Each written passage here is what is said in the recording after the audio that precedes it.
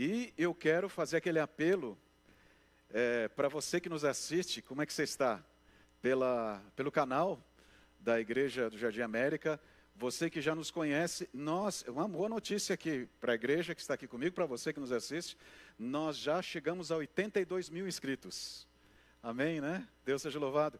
E o nosso alvo, eu estava conversando com o Arthur agora lá também, é chegarmos a 100 mil inscritos. E você pode fazer isso agora. Dá um clique aí, compartilha, passa para alguém que você conhece, para que assista essa mensagem agora ou depois, né? Ou assista as outras mensagens que nós temos. Mas é muito importante porque nós temos, vocês imaginam, uma igreja, Joyce, de 82 mil pessoas. Neste momento nós já temos um grupo grande que está nos assistindo, de lugares que não têm condições de vir aqui. Eu quero dar um abraço na minha irmã, que está lá em Curitiba, a Denise, está assistindo de lá. Meu amigo Ricardo também, que alguns dias atrás nós celebramos o batismo dele, está assistindo. A Neubi, lá de Cuiabá.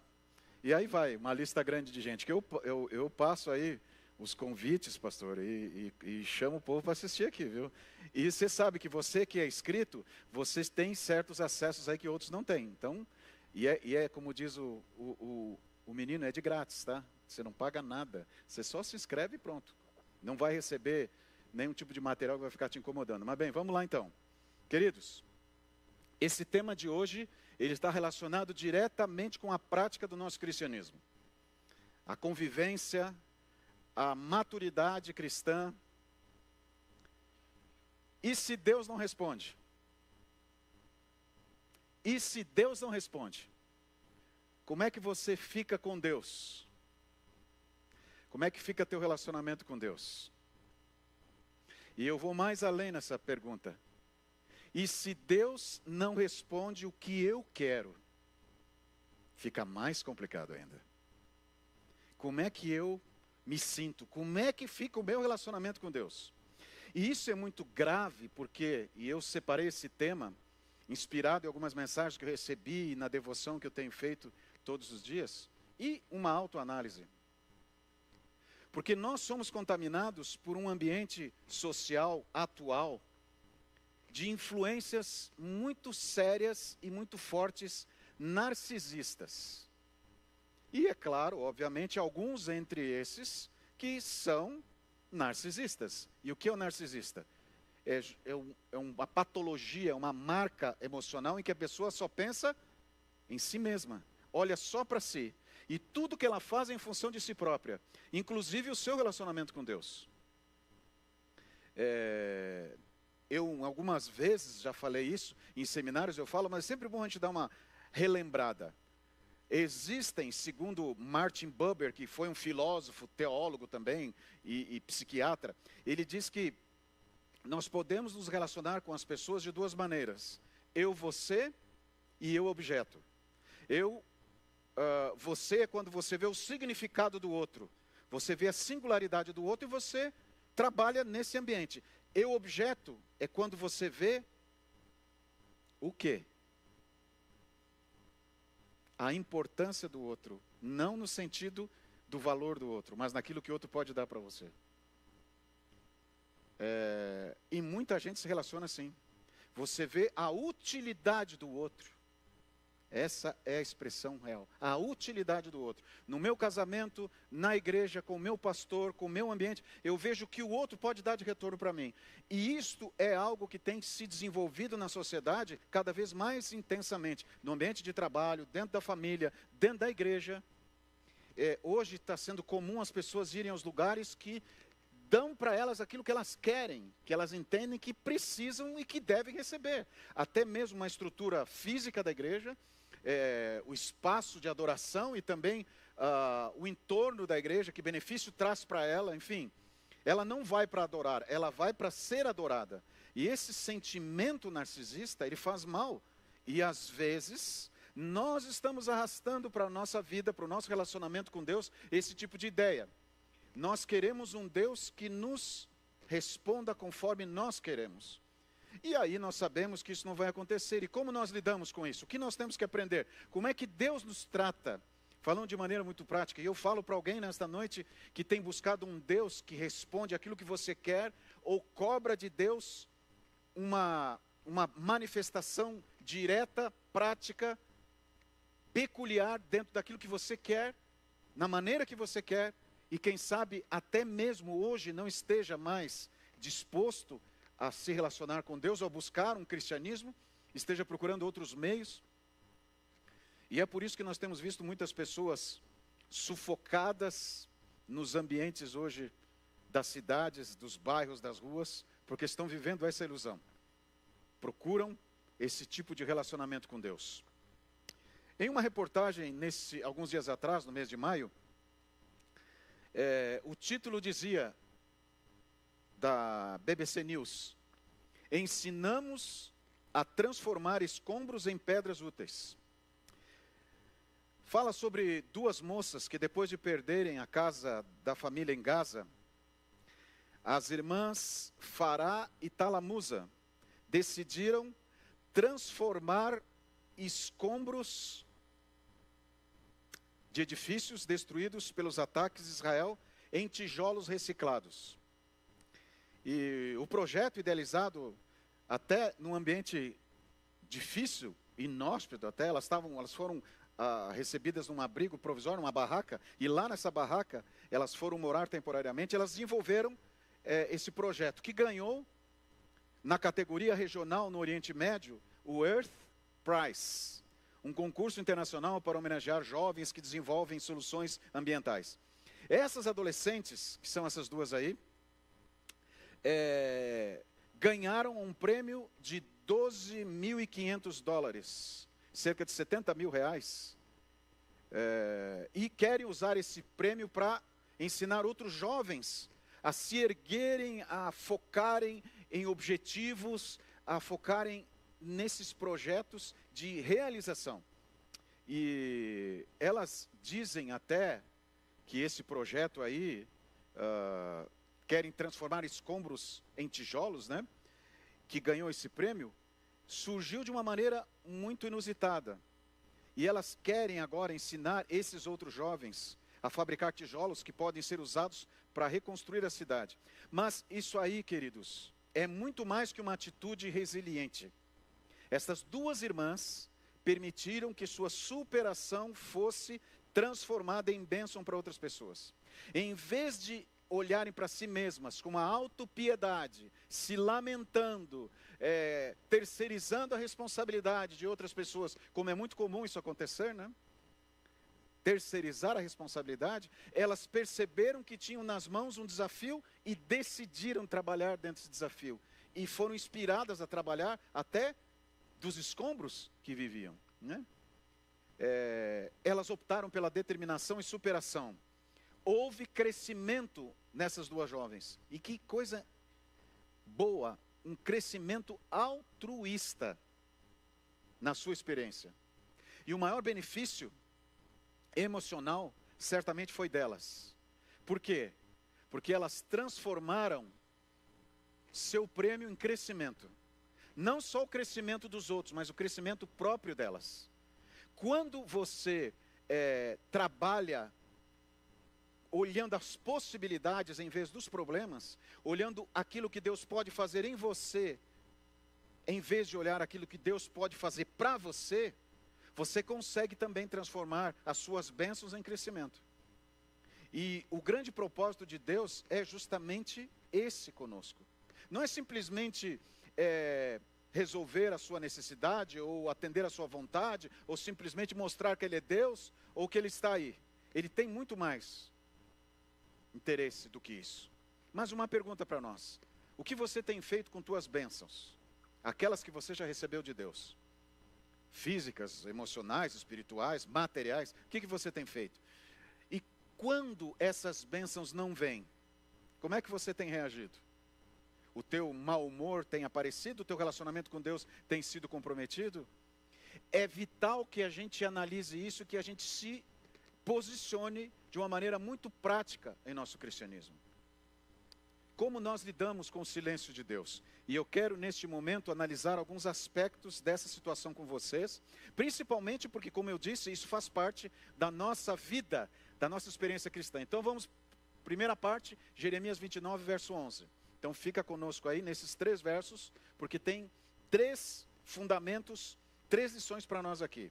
Jeremias 29, vamos ler primeiro o verso 11. Diz assim o texto: eu é que sei que pensamentos tenho a vosso respeito, diz o Senhor. Pensamentos de paz e não de mal, para vos dar o fim que desejais. Vai guardando essas palavras de Jeremias. Verso 12. Então me invocareis, passareis a orar a mim, e eu vos ouvirei. E aí vem o verso 13.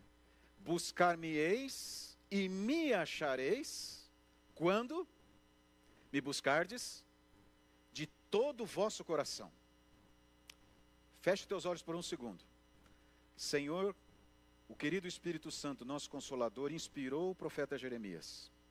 Ilumina a nossa mente para entendermos essa mensagem, em nome de Jesus. Amém. Quando Jeremias, inspirado por Deus, fala isso, Deus está querendo dizer para nós o seguinte: eu conheço toda a tua história passada. Eu conheço de maneira pessoal e personalizada cada aspecto de tua história passada. E aí Deus está dizendo para nós também: eu sei o teu futuro, eu posso ver o teu futuro, e eu sei aquilo que é melhor para você. Jeremias está sendo muito claro que Deus está envolvido diretamente com a nossa vida, com a nossa situação.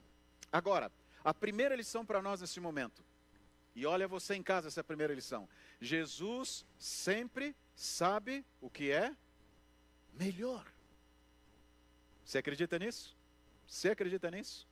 Jesus sempre sabe o que é melhor. Ok, eu acredito nisso. Mas aí vem outra pergunta. Esse momento é um momento de muitas perguntas, né? Mas é bom para a gente refletir. Você acredita nisso, mas você aceita isso? Porque acreditar que Deus sabe o que é melhor é uma coisa, mas aceitar que Deus sabe o que é melhor? Segunda lição para nós: Jesus nos dará não o que queremos, mas realmente o que precisamos.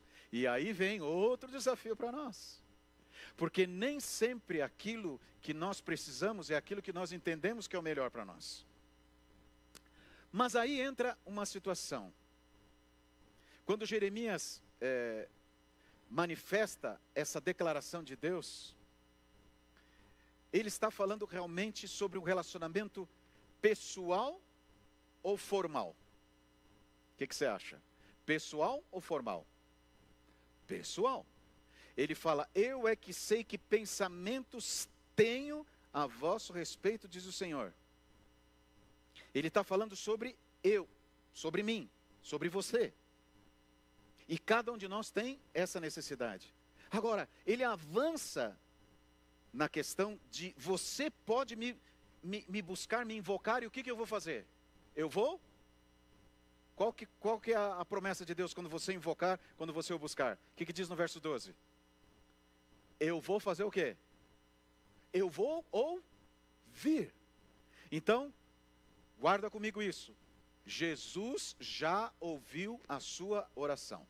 Amém? Aleluia! Mas ele não ouviu assim de maneira por ouvir.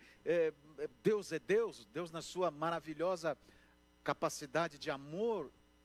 Ele ouve o que é o Marco, o que o Marco precisa, o que o Marco pediu. E ele ouve. Ele já ouviu. E agora? O que significa então quando Jeremias fala de todo o coração, que Deus diz? Qual que é a declaração de Deus para nós de todo o coração? E eu quero levar vocês para um texto que está em Parábolas de Jesus, que muito me impressionou. Eu recebi uma mensagem hoje, estava olhando e inclusive incluí nesse sermão. Olha o que diz aqui, esse livro, na página 70. Muitos infringem a condição sob o qual são aceitos pelo Pai. Muitos destroem, quebram, atrapalham essa condição. E aí o texto continua: devemos examinar minuciosamente o ato de confiança de nos achegarmos a Deus. Por que é que você está se achegando a Deus? Esse relacionamento é objeto? Pela utilidade de Deus para você? Pela sua manifestação natural egoísta e orgulhosa? E Deus, se Deus permite que isso avance, ele vai alimentar essa sua natureza má. Então, o que Deus faz? Deus responde de maneira a libertar você dessa dependência egoísta, orgulhosa. A maneira como você se achega a Deus. Outra coisa, às vezes nós estamos carregando pecados. Lembra da história de Saul? Saul, quando estava atrás de Davi, ele chegou num ambiente onde estavam vários sacerdotes, e ele descobriu por um delator lá, por um espião, que eles tinham atendido a Davi, inclusive tinham dado a espada de Golias para Davi, e dado alimento para Davi. E o que ele fez com todos os sacerdotes? O que Saul fez? Matou a todos os sacerdotes, homens ungidos por Deus, para o ministério, separados para o ministério. Ele fez uma coisa boa ou uma coisa ruim? Claro, obviamente, uma coisa cruel, dirigido pelo mal. Tempos depois, Saul, diante dos filisteus, invoca a Deus e pede a Deus uma resposta, uma ajuda, uma orientação. E o que acontece? Quando Saul pede, e Saul usa até alguns rituais, silêncio. Deus não responde a Saul. Por quê? Porque Saul havia quebrado a aliança com Deus. Saul havia matado os sacerdotes, Saul havia manifestado publicamente uma crueldade, um mal, um pecado, e continuava naquele pecado achando que estava tudo certo. Deus não ouviu. E o que Saul fez? Foi consultar os anjos caídos, foi consultar a Satanás. E você sabe o final da história. Nós temos que cuidar qual é o ambiente que nós estamos para nos relacionarmos e pedirmos para Deus. Aí vem a terceira lição para nós. A oração faz parte do processo de transformação, de santificação. Deus não está só preocupado em ouvir o que você quer, o que o Marco quer. Deixa eu ver aqui na minha lista. Tá, isso aqui dá, isso aqui não. Não é esse o objetivo de Deus. E nós limitamos de uma maneira muito humana, às vezes muito infantil, que Deus é aquele que nos dá o que nós queremos, ou Ele pode fazer aquilo que precisamos. Há muito mais além disso. E como isso funciona? O que é buscar a Deus de todo o coração? O que é então agir com Deus para que Deus transforme? Realiza esse processo de transformação e santificação. Então a gente vai lá para o Novo Testamento agora, num dos textos que eu amo, que transformou a minha vida, que está em São João capítulo 15, verso 7. São João capítulo 15, verso 7. Olha o que Jesus explica aqui sobre essa questão de relacionamento, de pedidos, de bênçãos, de promessas de Deus.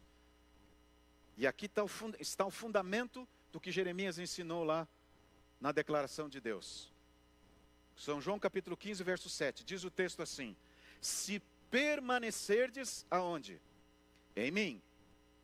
E as minhas palavras permanecerem em vós. Guardou isso aí? O que Jesus disse?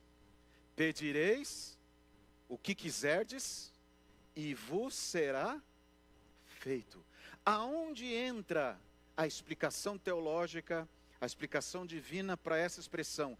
Buscar-me-eis e me achareis quando me buscardes de todo o coração. Aonde está o fundamento dessa explicação? Nessa declaração do próprio Jesus. A nossa permanência, o nosso relacionamento com Deus, a nossa experiência pessoal com Deus, e envolve o quê? A minha busca, ok? E não é uma busca, às vezes, quem sabe só num culto, ou quando eu me emociono, ou quando eu estou com um problema, não. É uma busca significativa, é uma busca que me traz diariamente uma mudança. Essa experiência de estar e de receber o quê? Que ele fala, se vocês permanecerem em mim, e o quê? E as minhas palavras estiverem em vocês. Então é uma via de duas mãos. Eu recebo de Deus através de suas palavras. E o que diz o texto bíblico, que é a Bíblia? É uma espada de dois gumes, que divide juntas e medulas. No próprio capítulo 15, Jesus fala que as palavras é que limpam. As palavras é que tiram o que está sobrando, o que não presta, o que tem que ser tirado. E isso acontece com quem produz fruto, quem está ligado com ele. Então esse processo todo, ele está explicando para nós. Quando é que eu tenho a promessa cumprida do que eu pedir será feito? O que Deus está dando para você? Está dando para você um vale presente infinito, sem limite, que você pode usar em qualquer momento, em qualquer lugar, e que não tem fim. Mas quando é que isso funciona? Quando eu estou nele, vou voltar ao texto aqui, gente. Isso aqui é didático de Jesus. Se permaneceres em mim. Quantas vezes Jesus fala em João capítulo 15, permanecer? 7 vezes. Se você quiser, consulte a sua Bíblia aí depois, no capítulo 15. Ele fala, permanecei, permanecei. Se você não permanecer, você não vai poder fazer. Se você permanecer, você vai dar muito fruto. Ele fala 7 vezes. Essa ênfase de Jesus é realmente dependência. Mas olha aí para nós, então, recebermos o que quisermos. Por que nós podemos pedir e nos será feito? Porque quando eu estou com Jesus, eu amadureço. E quando a sua palavra influencia a minha vida e penetra a minha vida, tira o que não presta e eu sei pedir. Guarde essa expressão. Eu sei pedir. Por que eu preciso aprender? Olha só. 4ª lição. Permanência significa o quê? Dependência. Que leva à paz e o descanso de que tudo está com Ele. Esse estado emocional, espiritual, ele acontece assim?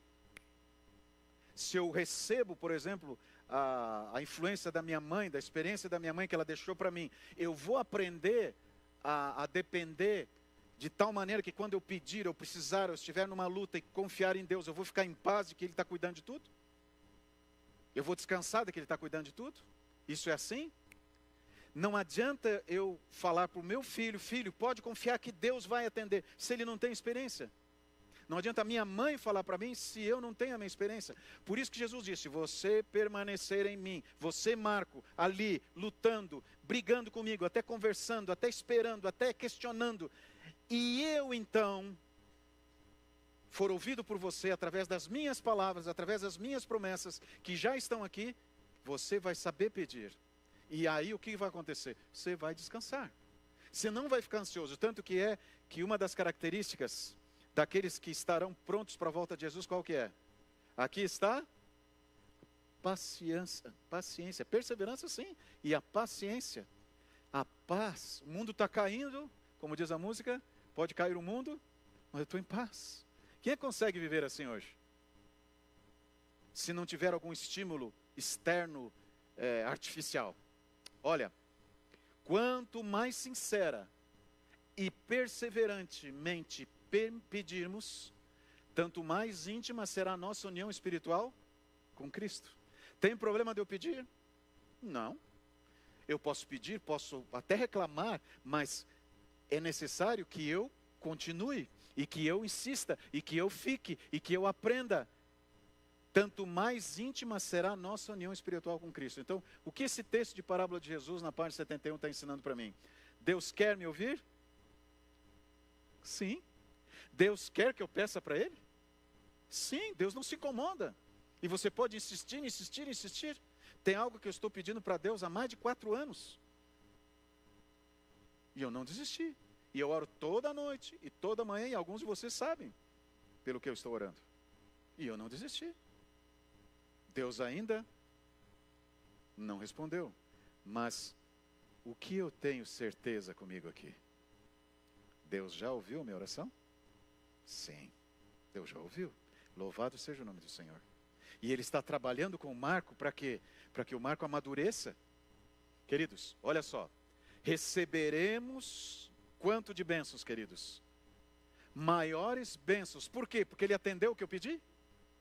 Não só isso. E aí está o grande projeto de Deus, a grande didática de Deus. Por que eu receberei maiores bênçãos? Porque possuímos maior fé. E fé, eu nasço com ela? Fé é um dom. E é um dom que Deus me dá. E o que é um dom, amigos, queridos? que é um dom? Você que está em casa assistindo, o que é um dom? É algo que você ganha porque merece? É um salário? Você tem que pagar por isso? Não. É um presente. Tem uma palavra em inglês, gift, né, que é muito mais próxima, né? É um presente. É um dom que você ganha. E Deus te dá isso, por quê? Porque você vai se relacionar. Não é igual antigamente, quando eu era pequeno, eu era fã de Todd, né?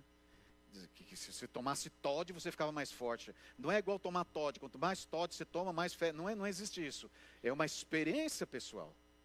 Não é algo mágico, mas essa experiência Deus considera em função do quê? Da sua individualidade, daquilo que você é como pessoa, como ser humano. Que coisa linda isso, gente. Não é assim de baseada. E ele faz isso por quê? Porque ele me conhece. É isso que Jeremias diz: eu é que sei que pensamentos têm a vosso respeito, diz o Senhor. E é coisa ruim? Pensamento de paz. E para dar aquilo que a gente gostaria. Amém. Aleluia. Vamos para o último texto dessa noite. Também é de João, mas agora é a carta de João. São João, 1 João, capítulo 5. Lá antes de Apocalipse, gente, colado com Apocalipse. Antes de Judas. Depois de Pedro, você tem João. 1 João, capítulo 5, e os versos 14 e 15. Olha que coisa linda isso, queridos. Que mensagem. João falando. E 1 João, capítulo 5, versos 14 e 15. E esta é a confiança que temos para com Ele. Olha só, confiança, experiência, individualidade, significado. Essa é a confiança que temos para com Ele.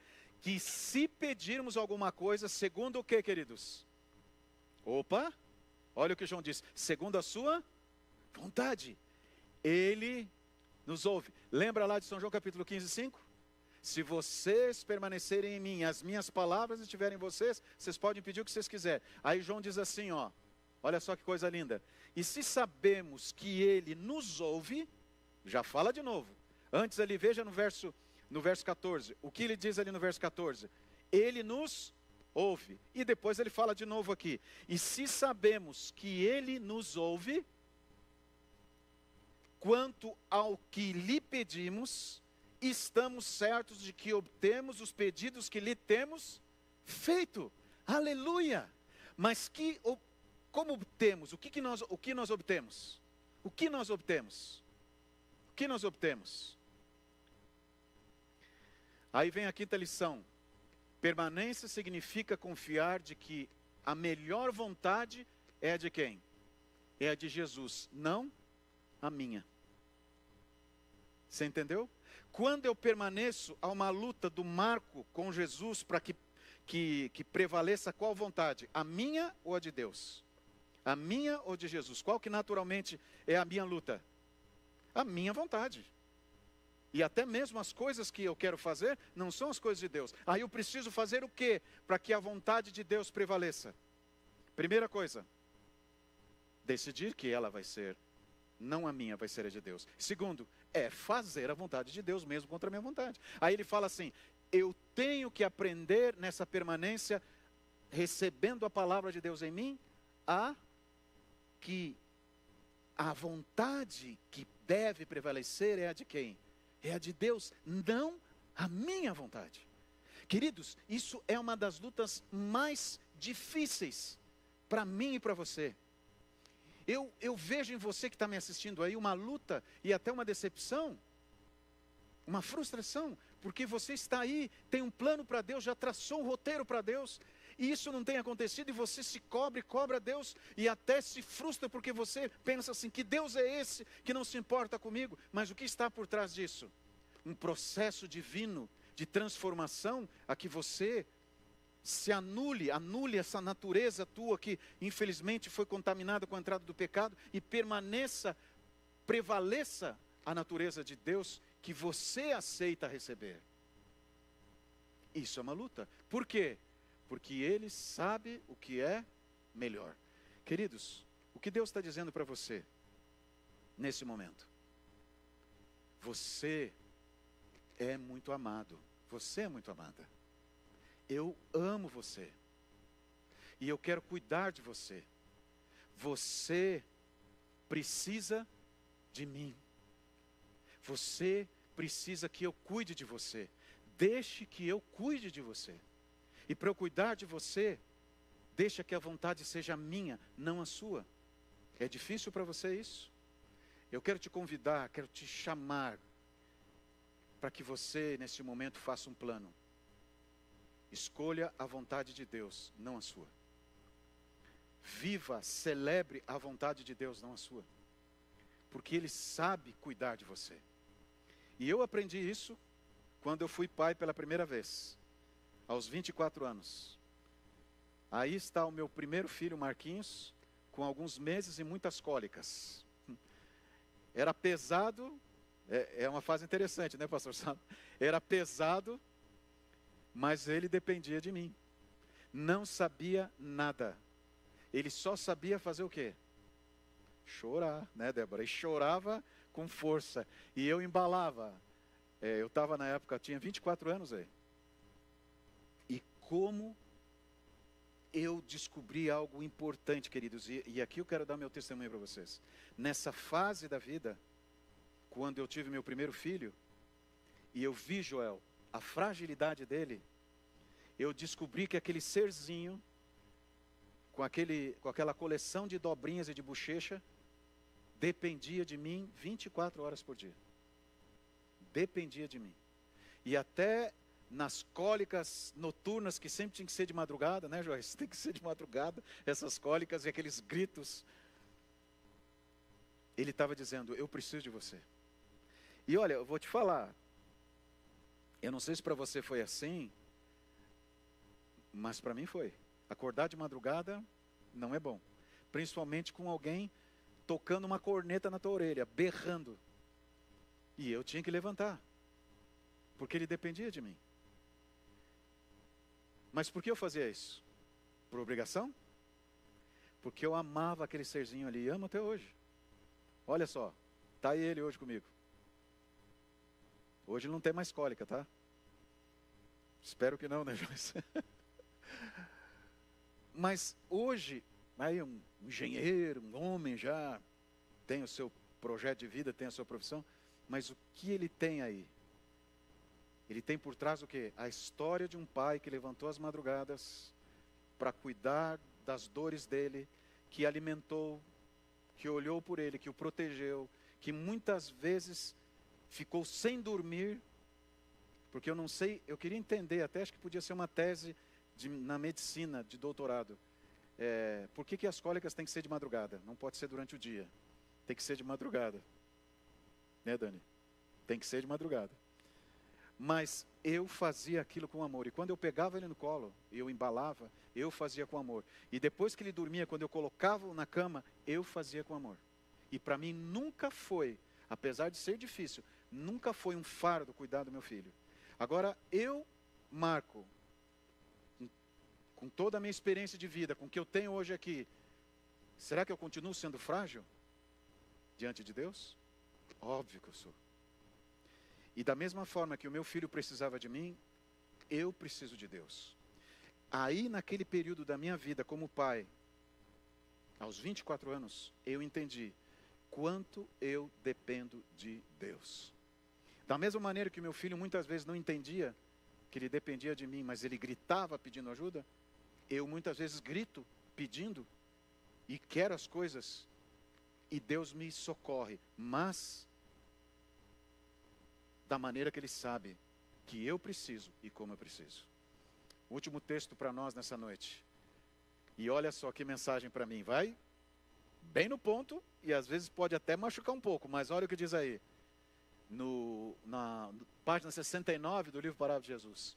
A oração não se destina a efetuar qualquer mudança em Deus. Tá? Tira isso da cabeça. Não é para mudar Deus. Para que é? Deve elevar-nos à harmonia com Ele. E como dói, gente. Como dói. E quanta cólica a gente tem. Mas eu quero dizer, em nome de Jesus, isso passa. isso passa. E se você acreditar, você vai poder celebrar como Jeremias, que disse: Deus sabe quem é você, o que é melhor para você, e vai te dar o quê?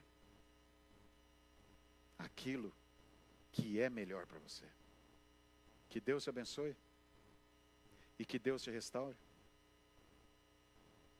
e que Deus te erga, mesmo que você se sinta pequeno, sem valor, até mesmo tentado a pensar que Deus desistiu de você. Quem sabe a luta tem sido essa. Nesses anos, você está tentando mudar Deus para que faça o que você quer, do jeito que você quer. E Deus está querendo dizer: meu filho, minha filha, eu que sei o que é melhor, você depende de mim, acredite, eu sei o que é melhor. Faça a minha vontade e descanse enquanto eu faço essa obra em você. É isso que Deus quer.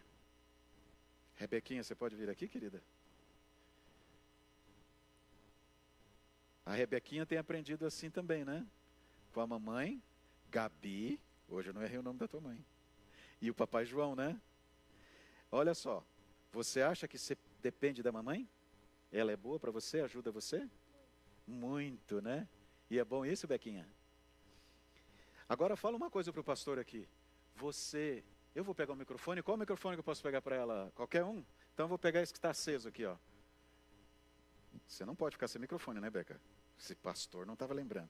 Beca, fala para quem está vendo a gente aqui, lá pela TV e aqui também. Você confia em Jesus? Demais. É? E quando ele não faz as coisas que você gostaria? Às vezes eu fico frustrada, só que eu penso, ele vai fazer e ele sabe o que é melhor. Deu para você aprender a lição com a Bequinha hoje? Então eu quero que você aprenda mais outra lição, porque agora ela vai cantar para nós e vai falar sobre isso. E eu quero que você aí em casa, nós que estamos aqui, pensemos o que falta para nós aceitarmos que a vontade seja de Deus e não a nossa. Pensa aí, Bequinha.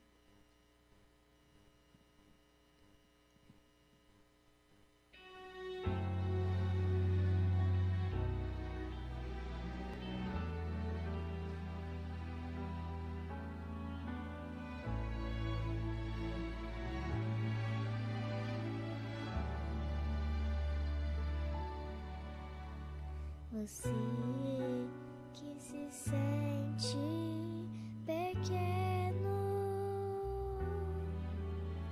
dirija seus olhos a Deus. Não deixe que sombras o envolvam.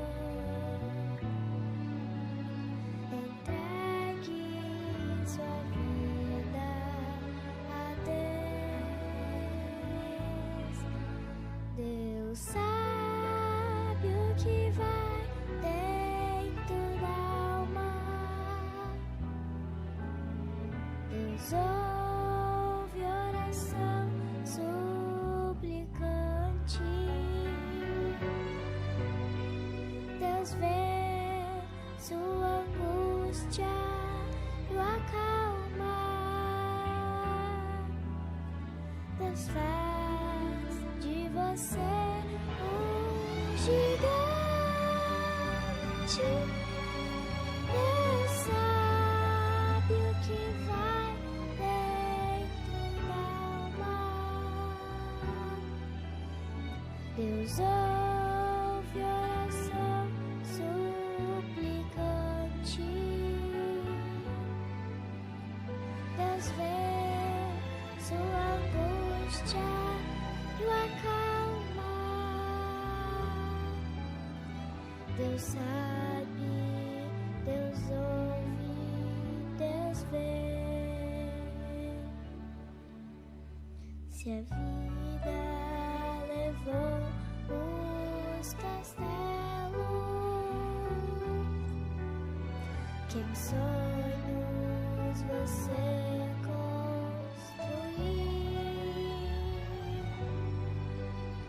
não dê por vencidos seus planos. Entregue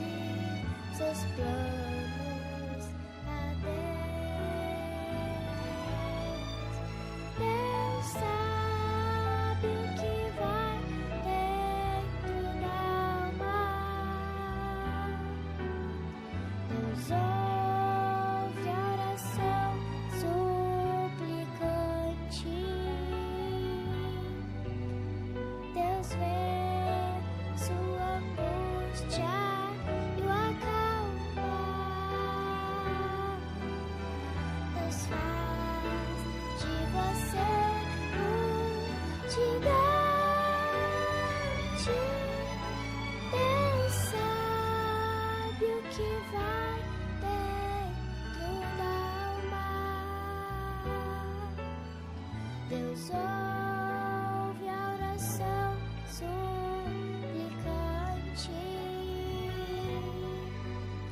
Deus vê sua angústia e o acalma. Deus sabe, Deus ouve, Deus vê. Amém? Vamos ficar em pé e orar? Obrigado, Bequinha. Obrigado, Gabi, por trazer a Bequinha aqui, viu? Nós oramos em nome de Jesus. E fazemos isso porque podemos chamar o nosso Criador de Pai. Porque nos ama.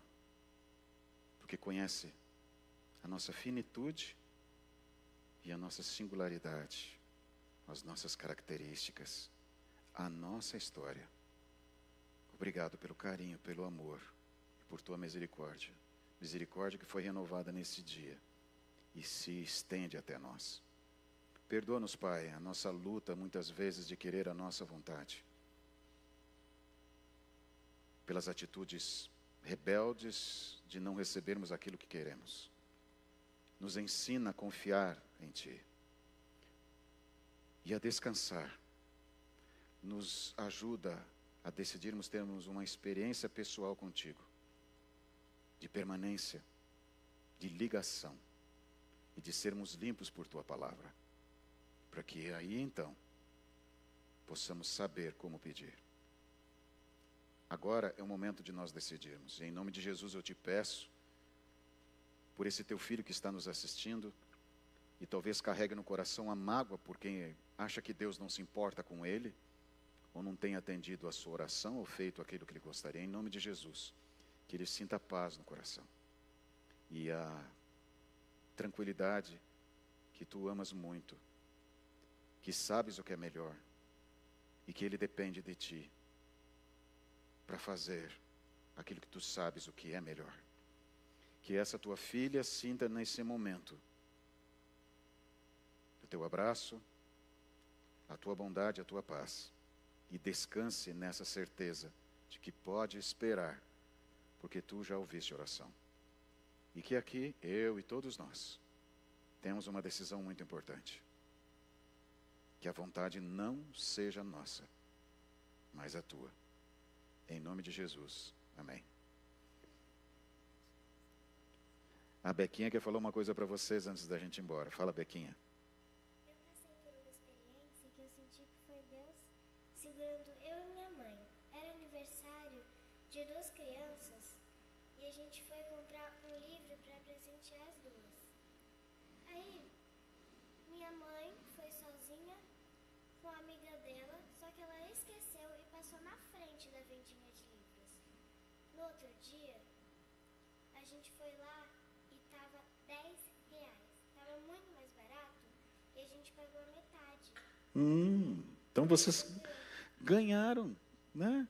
Deus segurou a gente. Segurou mesmo, viu, Bequinha? Está vendo como vale a pena você confiar em Deus? Você sai ganhando e sai no lucro.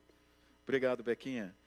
Que Deus abençoe vocês, queridos. Um bom retorno para casa, muita paz e até o próximo sábado às 9 horas.